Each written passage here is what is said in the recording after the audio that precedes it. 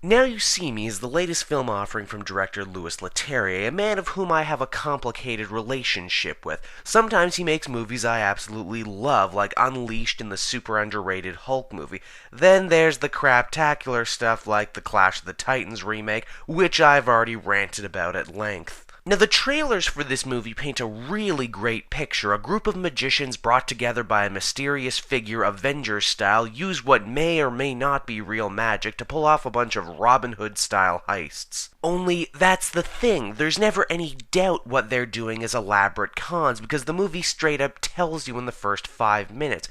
Worse still, the magicians seem to have access to some sort of super advanced Star Trek holographic technology that's never once explained. And that's not even mentioning Woody Harrelson's mentalist character, who seems to have the freaking X-Men ability to hypnotize people with little to no effort, a point that is used multiple times throughout the movie to less and less amusing effects each time. But it seems the greatest trick may actually be the trailer itself, because you see, the movie isn't really about the magicians at all. Heck, they have barely any scenes that develop them in any meaningful way. They start off smarmy and smartass, and they end smarmy and smartass. Oh no, you see, it's Mark Ruffalo's FBI character assigned to catch the magicians, who have dubbed themselves the Four Horsemen, by the way, who gets the bulk of the screen time devoted to him and his relationship with his new partner, a sexy French Interpol agent. There's also a side plot involving a dead magician, Michael Caine as a shady billionaire, and Morgan Freeman as an ex-magician who now makes a living revealing how their tricks are done. And if you've seen a mystery movie in the last decade, you can probably guess where this story is going. But perhaps the biggest problem of all with this movie is the fact that there's no tension, no conflict.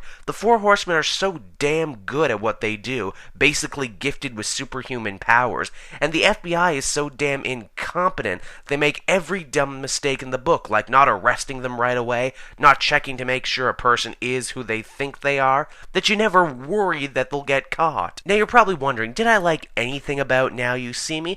Oh sure, the dialogue was occasionally funny, especially the stuff from Woody Harrelson, and there was at least one really awesome Leterrier fight scene that utilized magic tricks, but these were so few and far between I couldn't see myself recommending it to anyone, and even when I felt nothing was going on in the movie, it was at least pretty well shot nothing. And then there's the ending, which to properly explain what's wrong with this movie I'm going to need to talk about, so I'm going to throw up the spoiler alert banner right now. So, your last chance to get out. Good, gone, alright, let's get to it.